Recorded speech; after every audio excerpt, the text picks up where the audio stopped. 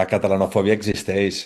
Existeix al col·lectiu, existeix a les federacions, tenint en compte que les federacions són institucions anclades al franquisme, evidentment és un tarannà que és molt present.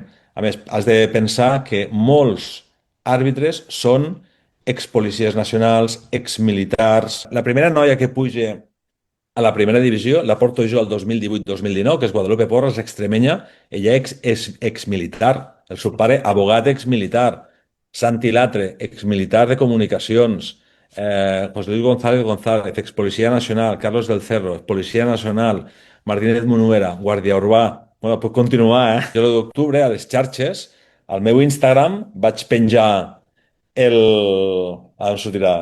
El llaç groc. Roc. Sí, y companys me trucaven. Hostia, vaya hostias que estamos metiendo, y tal.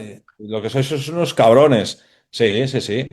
I anar en concentracions arbitrals, on fan les proves físiques i les tècniques, a posteriori d'allò, y venirte el secretari del CTA y dir-te, oye, me han dicho que en las redes habías colgado y tal. I, sí, algún problema.